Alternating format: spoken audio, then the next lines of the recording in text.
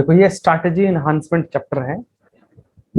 ये जो चैप्टर है कोई पूछ रहा है बॉटनी में है या जूलॉजी में, तो ये चैप्टर दोनों में है। ठीक है, जूलॉजी का पोर्शन में ही बस आता है एनिमल हस्बेंड्री। बॉटनी वाले पोर्शन में बहुत सारा पोर्शन आ जाता है, उसमें एक प्लांट ब्रीडिंग है, सिंगल सेल प्रोटीन है, टिश्यू कल्चर है, ये सब आ जाता है, इसी में हम लोग का आ जाता है। तो ज्यादातर पोर्शन तो बॉटनी में ही है। एनिमल वाला जो पोर्शन उससे पक्का एक क्वेश्चन रहता है, जो जूलॉजी मतलब प्लांट ब्रीडिंग वाला पोर्शन उससे भी एक दो क्वेश्चन रहता है। मतलब कुल लेके स्ट्रैटेजी जो है for enhancement in food products, इससे 3 क्वेश्चन तुम उम्मीद कर सकते हो कि नीट में आएगा, बाकी तुम्हारे बोर्ड एग्जामिनेशन में तो आएगा ही आएगा। चलो सबसे पहले आते हैं कि एनिमल हस्बेंड्री क्या होता है। ठीक है, हस्बेंड्री क्या होता है। तो यहाँ पे एक वर्ड है हस्बैंड, दिख रहा है जी, हस्बैंड। हस्बैंड का मतलब होता है ऐसा आदमी जो देखभाल कर सके, उसको बोलते हैं हस्बैंड। ठीक है, और उसी से बन गया हस्बेंड्री। और किसका देखभाल करना है, एनिमल का देखभाल करना है, इससे बन गया animal husbandry. Animal husbandry basically ये एग्रीकल्चर प्रैक्टिसेस में आ जाता है, साइंटिफिक एग्रीकल्चर प्रैक्टिसेस में, ऑफिस में specially breeding and rising the live stock. Live stock basically ये, इसको हिंदी में कहा जाता है पशुधन, वेल मतलब हो गया, तो लाइव स्टॉक बोलते हैं। तो लाइव स्टॉक में बेसिकली जैसे buffalo, cow, pig, horse, cattle, sheep, camel, got, ये सब आ जाता है, समझे, ये सब लाइव स्टॉक में। तो बेसिकली एक पहला वर्ड में क्या बोला, जैसे लिखने आ सकता है कि व्हाट इज एनिमल हस्बेंड्री, तो तुम बोल सकते हो कि scientific agriculture practices of breeding and raising of livestock. It deals with the care breeding of livestock, care breeding of livestock. ठीक है, उसके अलावा इसमें क्या है तुम्हारा, breeding of livestock, buffalo, cow, pig, horse, cattle, sheep, camel, goat, etc, इन सब का क्या करना है, देखभाल। तो उसके अलावा लाइव स्टॉक के अलावा इसमें पोल्ट्री फार्मिंग, फिशरी भी आ जाता है, बर्ड्स और फिश, एक्वेटिक एनिमल्स को भी हम लोग यहाँ पे डील करते हैं। ठीक है, तो dealing with the care and breeding of live stock, poultry farming और फिशरी, ये 3 आ जाता है। ये जो पॉइंट जो है ना एनसीईआरटी में, तुम लोग अगर ढूंढ सकते हो तो ढूंढ लो, अच्छा है, एनसीईआरटी का ही पॉइंट है ये सब चीजें, समझे। आगे देखो नेक्स्ट पॉइंट, अच्छा पॉइंट है।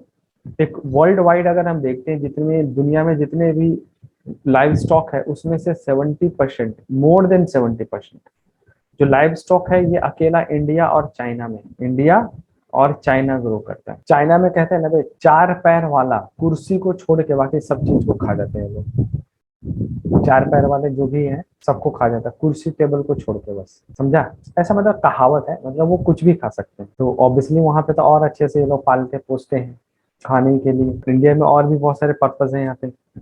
बाकी जो बच गया, बाकी वर्ल्ड का जो कंट्रीब्यूशन है वो 25% बच गया। दैट इज क्या हो गया, the productivity per unit is very low. World wide अगर देखते तो प्रोडक्टिविटी जो है बहुत कम है, hence the new technology should be applied to achieve the improvement in quality and productivity.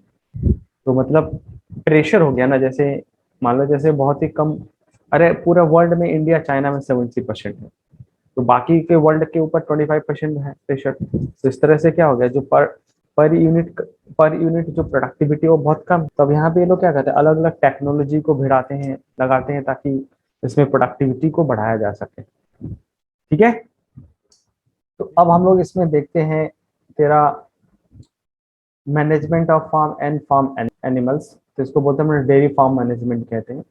ठीक है ना, डेयरिंग फार्म मैनेजमेंट, डेयरिंग कहते हैं उसको। तो बेसिकली डेयरी फार्म मैनेजमेंट में इसमें क्या, हम लोग कैटल को या ऐसे एनिमल्स को हम लोग ब्रीड करते हैं, पालते पोसते हैं, जिनसे हमें क्या मिल सके, milk and its products. So it is the management of animal for increased yield and quality of milk and its productivity, milk and its productivities। ठीक है, ये ध्यान रखना। तो मिल्क हो गया, मिल्क का प्रोडक्टिविटी, मिल्क प्रोडक्ट में और क्या आ सकता है, इट्स प्रोडक्ट्स में कर्ड है, बटर है, घी है ना, आइसक्रीम है, दुनिया भर का प्रोडक्ट बनता है जो भी मिल्क का बन सकता है, पनीर है, चीज है, अलग अलग चीजें हैं। तो माइक्रोब्स जब पढ़ेंगे तो उसमें पनीर बनाना सिखा दूंगा कैसे बनता है पनीर, और चीज भी सिखा दूंगा कैसे बनता है चीज। ठीक है, तो ये सब चीजें यहाँ पे बनता है। उसके बाद आ जाओ, जो मिल्क यील्ड डिपेंड करता है किसके ऊपर, quality of the breeds in farm. तो जो हम लोगों ने उस फार्म में जो ब्रीड पाल के रखा है उस पे डिपेंड करता है तुम्हारा, बेसिकली क्या करेगा, उस पे डिपेंड करता है। अरे मतलब कहने का मतलब, जैसे मान लो हम लोग यहीं पे आसाम का देख लेते हैं, तो यहाँ का जो लोकल कल्टिवर्स है, लोकल जो कटल है, उसमें कितना ज्यादा से ज्यादा 2 लीटर 1 लीटर दूध ऐसे निकलता है। तो अगर मान लो किसी को डेयरी फार्मिंग करनी है, अगर वो लोकल केटल पाल के रखता है, तो उसमें उतना क्वांटिटी में मिल्क मिलेगा नहीं, तो उसको लॉस हो जाएगा, समझी। तो ऑब्वियसली वो क्या करेगा, कुछ ऐसे ब्रीड रखेगा जिसमें क्या मिल्क प्रोडक्टिविटी ज्यादा है, जैसे 10 लीटर 15 लीटर दूध निकले, तो उसको क्या करेगा, उसको बेचने में उसको फायदा है, समझे। तो यहाँ पे basically quality of breeds in the farm ये डिपेंड करता ही करता है तुम्हारा। और इट इज इंपॉर्टेंट हो गया, important to select the good breeds having the high yield potential, high yielding potential and resistant to the disease, resistant to the disease। मतलब जो भी हम ब्रीड सेलेक्ट करेंगे उसमें एटलीस्ट क्या होगा, हाई यील्डिंग पोटेंशियल होना चाहिए, मतलब कैपेसिटी होना चाहिए जिसके लिए हम लोग उसको रख रहे हैं, वो तो सबसे पहले तो देखना है। उसके बाद दूसरा जो चीज आता है, प्रॉपर्टीज आ जाता है, वो है resistant to the disease, disease से रेसिस्टेंट होना होगा, तभी ये क्या होगा, अच्छा माना जाएगा। फिर इसमें नहीं तो फिर बर्बाद हो जाएगा तुम्हारा इसमें।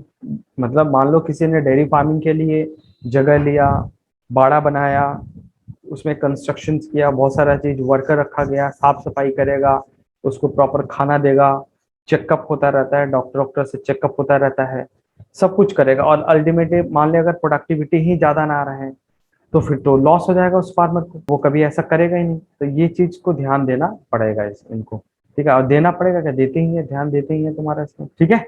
एनीवे ये तो रहा हमारा प्रोडक्टिविटी के बारे में। अब यहाँ पे कैसे wait for the yield potentials, way for the yield potentials कैसे बढ़ा सकते हैं इसमें। तो यहाँ पे देख, सबसे पहले क्या है, अच्छा एक चीज और ही है, जो डिजीज रेसिस्टेंट यहाँ पे बोला जा रहा है, तो ये चीज भी बहुत इंपॉर्टेंट मायने रखता है। मान लो जैसे कैटल किसी ने रखा, 50 कैटल रखा या 10 कैटल रखा, उसमें से 2 बीमार पड़ के मर जाए या बीमार पड़ जाए, तो अब उसमें क्या होगा, दूसरे फार्म एनिमल्स को भी प्रॉब्लम होता है। तो बेसिकली ये लोग क्या करते हैं, ऐसे कैटल सेलेक्ट करते हैं जो क्या डिजीज रेसिस्टेंट है। बहुत सारे ब्रीड मिलता है, ऐसा होता है जो डिजीज रेसिस्टेंट होता है, अच्छा होता है, स्ट्रांग होता है इम्यूनोलॉजिकली, उसमें वो रखते हैं। अब यहाँ पे देख कैसे करेंगे, the looking for the look after the cattles, जैसे housing well, give the adequate water, maintain disease free. उसके बाद फीडिंग ऑफ द कैटल, और वो भी फीडिंग कैसे करना है, साइंटिफिक मैनर में करना है, मतलब जो खिलाते हैं ऐसा नहीं भूसा खिलाते रहे। तो उसमें अब तो बहुत सारा क्या आता है, कैटल के अलग अलग चारा आता है, पैकेज किया हुआ बना हुआ अलग अलग, तो उसमें अच्छे क्वालिटी का न्यूट्रिएंट होता है, जो कि जो भी उसके रिक्वायरमेंट है उसको फुलफिल करें।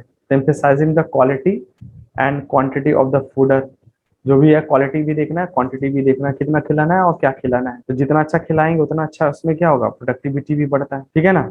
उसके अलावा इसमें जैसे थोड़ा हमें देखना पड़ेगा हाइजेनिसिटी। तो हाइजेनिसिटी देखने के लिए कैटल्स को क्या करना, क्लीननेस करना पड़ेगा, साफ clean hygienic of the kettles.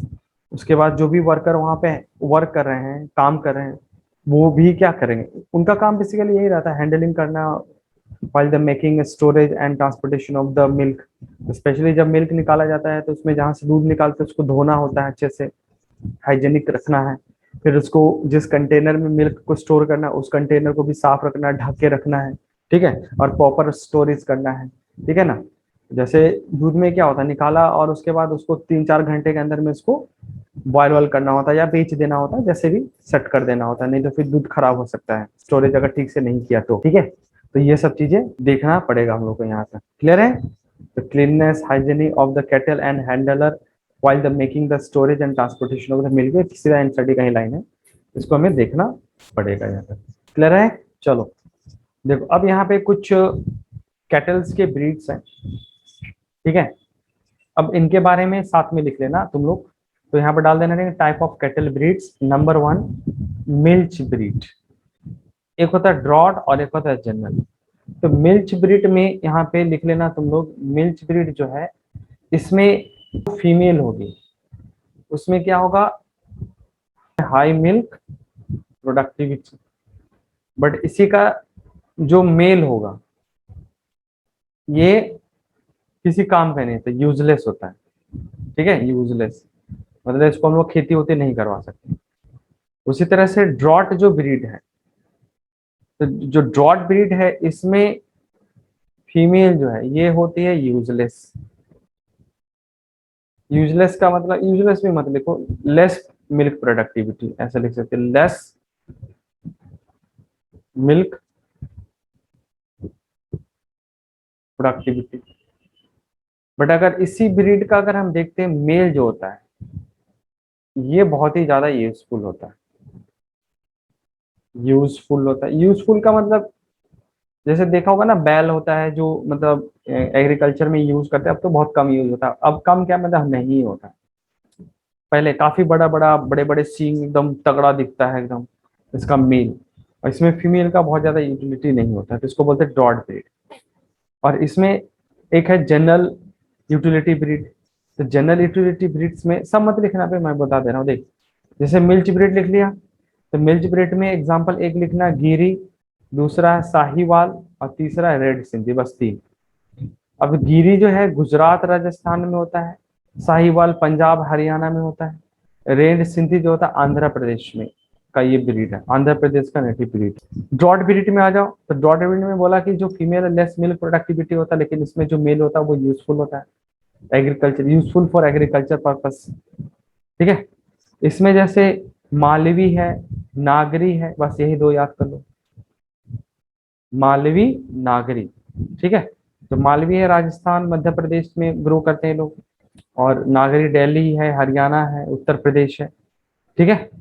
General utility में ये तीसरा है, तो इसमें male as well as female दोनों क्या होता है, ये दोनों यूजफुल होता है। मतलब जो मिल्क है not so high not so less, बीच वाला, और इसमें जो मेल होता है वो भी ठीक ठाक रहता है।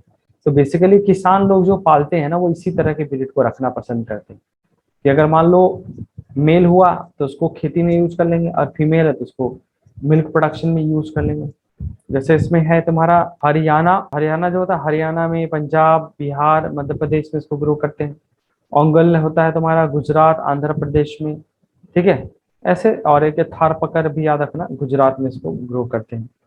ठीक है, एक दो तीन, तीन एग्जाम्पल यहाँ पे हो जाएगा तेरा। सबके सब क्या है, इंडियन ब्रीड्स है तेरा इसमें, तो मतलब भैंस का ये सब वैरायटी। उसके बाद आ जाओ, ये एक्सोटिक ब्रीड्स है, ये सब इंडोजिनस था, अब ये है एक्सोटिक ब्रीड्स है ये। एक्सोटिक ब्रीड्स में सबसे पहले तो जर्सी याद करो, ये है जर्सी। एनसीईआरटी में एक ही तेरा डायग्राम दिया हुआ है। ये क्या है, ये जो डायग्राम है ये जर्सी का है, दिया हुआ है एनसीईआरटी में डायग्राम, समझे। तो इस पे क्वेश्चन बनता है, तो इस डायग्राम को ध्यान रखना सीधे, कि ये जो डायग्राम है किसका है, ये जर्सी का है। ये Jersey island of Jersey in English channel में मिलता है। इसी तरह से दूसरा है होलिस्टियन फ्रीजियन हॉलैंड, और आयरश्री है, ब्राउन स्विश है, आयरश्री स्कॉटलैंड, और ब्राउन स्विश होता है स्विट्जरलैंड। इसमें सबसे ज्यादा हाई मिल्क प्रोडक्टिविटी जो है ना, वो होलिस्टियन फ्रीजियन में होता है। इसमें लिख लेना हाई मिल्क प्रोडक्टिविटी। देख जर्सी जो होता है ना, जर्सी ये 20 से 25 लीटर तक दूध दे देता है, और होलिस्टियन फ्रीजियन होता है ना, ये 30 से 40 लीटर तक दूध देता है। 30-40 लीटर, बाप रे, बहुत हो गया, समझे। तो अगर मान लो जर्सी भी कोई रखता है तो बहुत ज्यादा मिल्क प्रोडक्टिविटी है, होलिस्टियन फ्रीजियन है तो बहुत ज्यादा, 30-40 तो थोड़ा ज्यादा ही बोल दिया, लेकिन मतलब इसी के लमसम कर सकते हो। हाँ, पर डे का है, पर डे का है, पर डे का। अबे मेरे मेरे घर पे, मेरे यहाँ, तो ये हो गया एक्सोटिक ब्रीड्स, मतलब ये इंडियन नहीं है, बट इसको जैसे इंडियन में जर्सी जैसे बहुत ज्यादा फेमस था एक समय पे, इसमें इनको ज्यादा गर्मी बर्दाश्त नहीं होता, समझे। तो इंडिया में भी ऐसी ही जगह पे ज्यादा मिलेगा जहाँ पे ज्यादा गर्मी नहीं, समझे। ऐसे जगहों पे ग्रो करवाते हैं ज्यादातर cases. Disease associated with dairy farm, एक ही है, ज्यादा नहीं है। एक तो है तेरा एंथ्रेक्स है, और एक है तेरा डिजीज है, इसको बोलते हैं, ये बहुत कॉमन होता है, मेस्टियसिस मेस्टियाइटिस। एंथ्रेक्स जो होता है ये तेरा बैक्टीरियल डिजीज होता है,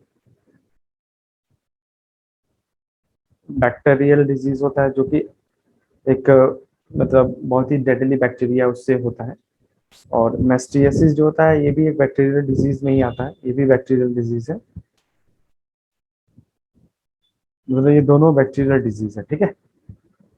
और मेस्टियसिस दैट कॉज बाय, इसका कॉजेटिव एजेंट लिखना था, ये भी लिख सकते हैं हम लोग, इसका कॉजेटिव एजेंट्स है। और एंथ्रेक्स, एंथ्रेक्स ही नाम है बैक्टीरिया का उसमें, ठीक है ना। बैसिलस एंथ्रियासिस करके है तुम्हारा, लिख ले, इसका भी लिख ले। और इसका जो पॉजिटिव एजेंट है इसको भी लिख लेना। देख ये सब क्वेश्चंस कम चांस है कि नीट में बने, लेकिन टेस्ट वोस्ट में या तुम्हारे बोर्ड वोर्ड एग्जामिनेशन में भी हो सकता है कि पटक दे एक दो इधर उधर से उधर। फाइनल में तो नहीं कह सकते, लेकिन मतलब स्कूल का जो नहीं होता है यूनिट टेस्ट वगैरह उस समय डाल सकता है, तो थोड़ा याद कर लेना। इसमें है कोरोनी बैक्टीरियम,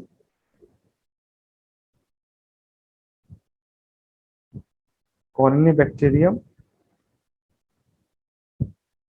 पायरोजिनस, पायरोजिनस, कोरोनी बैक्टीरियम पायरोजिनस। उसके अलावा एक है इसमें रेंडर पेस्ट, या इसको बोला जाता है कैटल प्लेग बोलते हैं इसको।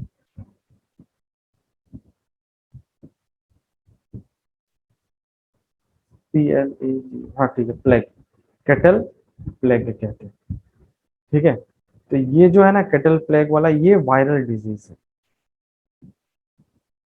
Viral disease.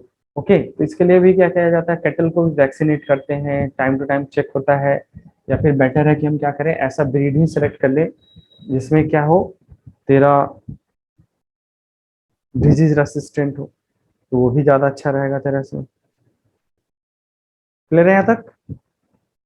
चलो नेक्स्ट देखो, इसमें पोल्ट्री फार्म मैनेजमेंट अब आ जाते हैं। तो management of farm and animals में ही ये चल रहा है, एनिमल्स में ही तेरा पोल्ट्री फार्म मैनेजमेंट। तो नेक्स्ट डाल दो heading, poultry farm management, poultry farm management, ठीक है। देख, तो पोल्ट्री फार्म जो होता है, ये poultry is the domesticated birds useful for food और एग। तो हम लोग कह सकते हैं दूसरी आसान भाषा में कि हम पोल्ट्री फार्म में बर्ड्स को, जैसे चिकन है, डक है, टर्की है, गीज है, इनको पालते पोसते हैं किसके लिए भैया, तो एग के लिए और उनके मीट के लिए, ठीक है ना। उनके मीट के लिए, एग और मीट के लिए हम लोग उसको पालते हैं। कोई बात समझ में। तो poultry is the domesticated buds used for the food, food और एग, ठीक है, फूड और एग, जैसे कि चिकन, डक, ये सब। अब यहाँ पे जैसे अगर हमें पोल्ट्री फार्म मैनेजमेंट करना है तो हमें क्या ध्यान रखना, क्या क्या कंपोनेंट होता है। तो देख, selection of disease free and suitable breeds, वही सेम चीज हो गया। उसके बाद proper and safe farm condition रखना है, फार्म बहुत अच्छे से रखना पड़ेगा। प्रॉपर फीड एंड वाटर देना पड़ेगा, खाना पीना देना है। हाइजीनी एंड हेल्थ केयर, साफ सफाई का भी ध्यान देना है और हेल्थ केयर का भी ध्यान देना है। इसके प्रॉपर फीडिंग में क्या करते हैं ना, सुटेबल खाने पीने में यहाँ पे उनको विटामिन भी कुछ देना पड़ता है, कुछ तुम्हारा ड्रग वगैरह भी खिलाया जाता है, ताकि मतलब कुछ किसी तरह का पर्टिकुलर जो बीमारी होता है वो सब चीज से बचे रहे ये सब, ठीक है। तो ये सब भी ध्यान में देना पड़ता है इनको। क्लियर है। चलो, तो ये हो गया पोल्ट्री फार्म मैनेजमेंट हो गया। नेक्स्ट आ जाते हैं हम लोग यहाँ, अब आ गया जा, अब यहाँ पे कुछ ब्रीड्स के नाम याद करने हैं, ठीक है।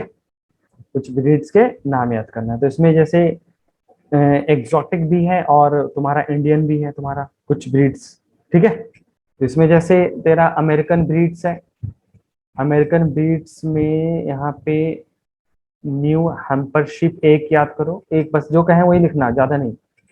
पॉलीमॉथ रॉक, इसको भी करो। इंग्लिश ब्रीड्स में आ जाओ, इसमें कोई भी नहीं, छोड़ दो। एशियाटिक ब्रीड्स में लेग ये नहीं, अरे ये तो है, कहाँ चला गया? हाँ यहाँ मेडिटेरियंस में एक्सोटिक ब्रीड, ये सब अमेरिकन से अमेरिकन छोड़, तुम लोग एक्सोटिक ब्रीड्स हेडिंग डालो, और एक्सोटिक ब्रीड्स में नंबर 1 डालो पॉलीमथ रॉक्स, दूसरा हैम्पर शीप, तीसरा डाल दो ये तुम्हारा थर्ड हो जाएगा लेग हॉर्न। ठीक है, बस 3 एनफ, ठीक है ना, 3 इसमें हो जाएगा लेग हॉर्न के साथ, लेग हॉर्न, ठीक है। गैलस, गैलस भी इसको बोलते हैं इंडिया में, रेड जंगल फाउल इसको कहा जाता है, जंगली मुर्गा रेड जंगल फाउल, कॉमन है, बहुत सारा कॉमन है, ठीक है। अच्छा, इसके अलावा उसके बाद एक लिखो इसमें, ये जो पॉलीमॉथ है ना, प्लेमॉथ रॉक, इसी का एक वैरायटी है, मतलब उसी का एक ब्रीड है जिसको बोला जाता है, क्या लिखा है बोलो,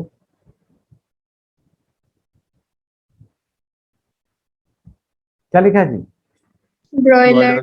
हाँ, इसको हम लोग खरीद के खाते हैं, यही वाला सबसे ज्यादा इसी को यूज किया जाता है, ये सबसे ज्यादा किया जाता है, तो इसको ग्रो करते हैं, grow specially grow for meet और कुछ नहीं।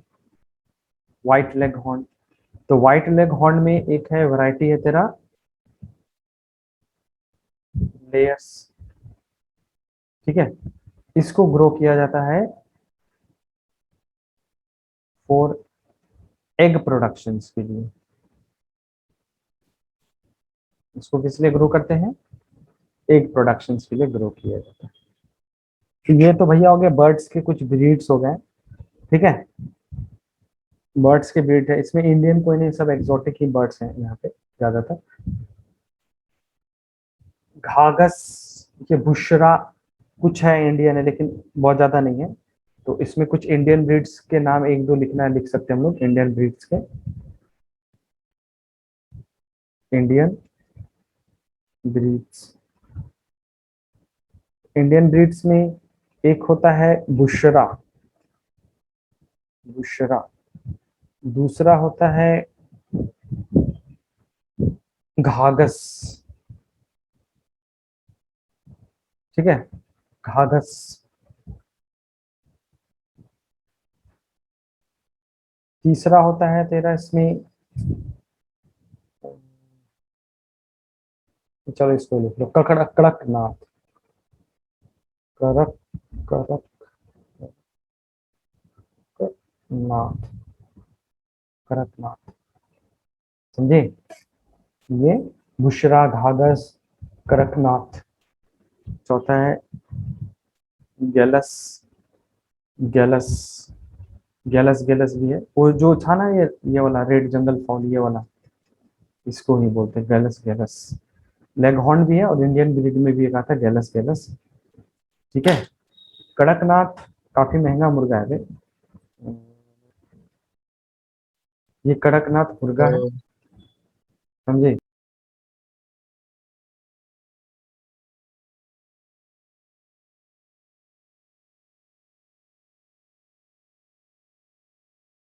पोल्ट्री फार्म से रिलेटेड डिजीज तो डाल देना, डिजीज एसोसिएटेड पोल्ट्री फार्म, और पोल्ट्री फार्म से रिलेटेड डिजीज में एक तो ये लिखते हैं सबसे पहले तो, नंबर 1 रानी खेत डिजीज, एक नंबर, ठीक है, और रानी खेत डिजीज को ही हम लोग यहाँ पे इसको बोला जाता है न्यू कैस्टल डिजीज भी कहा जाता है, और ये वायरल डिजीज है cause by the paramyxo virus, इतना ही लिख देना, cause by paramyxo virus, respiratory disorder से रिलेटेड होता है। रानीखेत डिजीज, ये इसी को हम बोलते हैं तुम्हारा न्यू कैस्टल डिजीज कहा जाता है, ये वायरल डिजीज है। और दूसरा है तुम्हारा टिक फीवर, तो ये एक इंसेक्ट के बाइटिंग से होता है, तो इससे भी बचाना होता है। बाकी उसके अलावा देख इसमें न्यूट्रिशन से रिलेटेड बहुत सारा बीमारी हो सकता है, न्यूट्रिशन से रिलेटेड, न्यूट्रिशन से मतलब जैसे विटामिन ई का अगर कमी होगा, ई तो एग प्रोडक्शन कम हो जाता है, फर्टिलिटी विटामिन होता है, तो ये विटामिन ए इनके डाइट में होना बहुत ज़्यादा जरूरी है, तो पानी में मिक्स करके दिया जाता है। बस इतना ही काफ़ी है डिजीज का। अब आ जाता है नेक्स्ट पार्ट है तुम्हारा, ये एनिमल ब्रीडिंग, ये इंपॉर्टेंट है हम लोग को ध्यान से देखना समझना है ये वाला चीज़।